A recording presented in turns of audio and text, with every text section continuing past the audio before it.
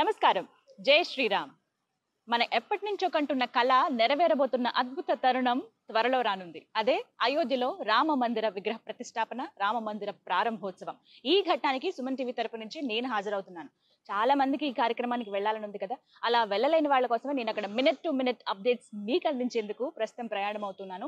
నా జర్నీ ఇక్కడి నుంచి ఏ విధంగా ఉందో, డైరెక్ట్ ఫ్లైట్ అసలు దొరకలేదు, బెంగళూరులో హాల్ట్, ఆ తర్వాత అక్కడి నుంచి లక్నో నుంచి అయోధ్య, ఇలా వెళ్ళబోతున్నాను. Gautam neuro care, brain stroke, migraine, fits, brain and spine surgeries కి బెస్ట్ న్యూరో సర్జన్. సో మీరు కూడా నాతో పాటు జర్నీ చేసి ఆ స్వామి వారిని చూసి ధరిస్తారని భావిస్తున్నాను. వెళ్దామా మరి?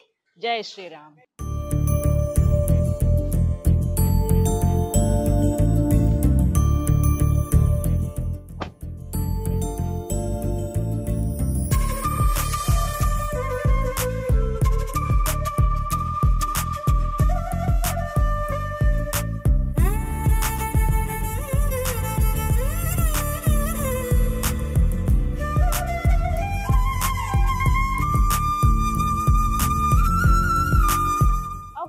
రాజీవ్ గాంధీ ఇంటర్నేషనల్ ఎయిర్పోర్ట్ కి చేరుకున్నాను. It's time to fly. చలో.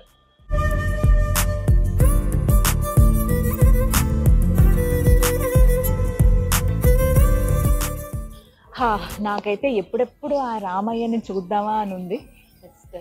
ఫ్లైట్ ఒక 1 hour డిలే ఉంది. ఆల్మోస్ట్ అన్ని ఫ్లైట్స్ అలాగే ఉన్నాయి. హెక్టిక్ అండ్ పీక్ టైం కదా ఇది. అందులోనూ డైరెక్ట్ అయోధ్య ఫ్లైట్ అయితే దొరకలేదు.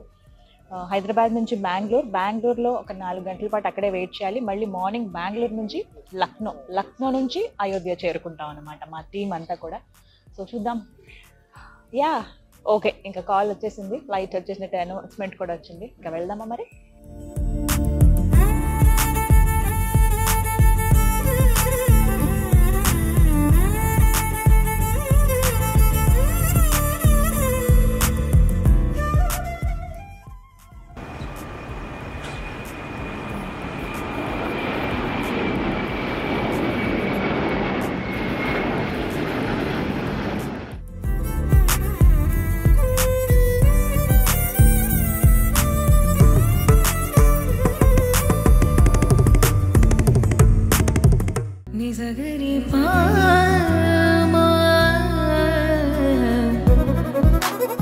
ఎస్, బెంగళూరు వచ్చేసాము. కనెక్టింగ్ ఫ్లైట్ కోసం వెయిట్ చేస్తున్నాను. మనం లక్నో కదా వెళ్ళాలి. సో కాసేపు వెయిట్ చేయాల్సి ఉంటుంది. కాసేపు కదా, ఒక 2-3 hours వెయిట్ చేయాలి. కానీ బెంగళూరు ఎయిర్పోర్ట్ ఎంత బాగుందో తెలుసా? కెంపెగౌడ ఇంటర్నేషనల్ ఎయిర్పోర్ట్ బెంగళూరు ఎంత సుందరంగా తీర్చిదిద్దారో. చాలా అద్భుతమైన నిర్మాణం ఇది. ఇక్కడ ఇంకా స్పెషాలిటీ ఏంటంటే మొత్తం అంతా కూడా బ్యాంబూ స్టిక్స్, అంటే వెదురు బొంగులతో తయారు చేశారు. ఇవన్నీ కూడా ఇంపోర్టెడ్ బ్యాంబూస్ అంట. వేరే దేశాల నుంచి ఇంపోర్ట్ చేసుకుని మరి ఇంత సుందరంగా తీర్చిదిద్దారండి. మధ్యలో గ్రీనరీ ఏర్పాటు చేశారు, ఫ్లవర్ వేజెస్ లాగా, ఇలా కొంచెం హ్యాంగ్ అవుతున్నట్టుగా. చూడాలంతే, చెప్పడం అనేది కుదరదు. చాలా చాలా బాగుంది. Very nice place. సో ఇలాంటి ప్లేస్లో ఉంటే ఇంకా హ్యాపీగా ఉంటుంది. ఇంకా రామాయణ ఎప్పుడెప్పుడు చూస్తానన్న కుతూహలం అయితే ఇంకా పెరుగుతూనే ఉంది నాకు. ఇంకా వెయిట్ చేద్దాం.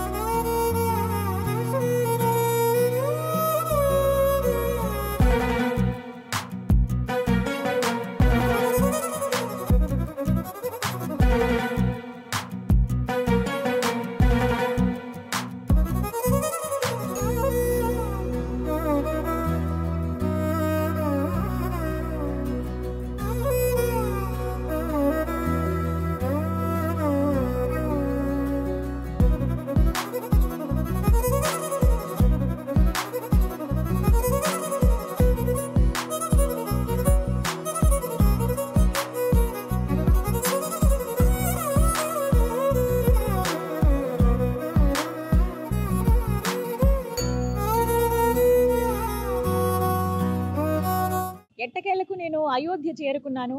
ఆ పరమ పావనుడు నడయాడిన పుణ్య ప్రదేశానికి నేను వచ్చేసాను. ఆ శ్రీరామ భగవానుడిని దర్శించుకోవాలన్న నా కోరిక మరి కాసేపట్లో నెరవేరబోతోంది. అయితే ప్రాణ ప్రతిష్ఠ జరిగిన తర్వాత కదా అందరం మనం దర్శనం చేసుకుంటాము.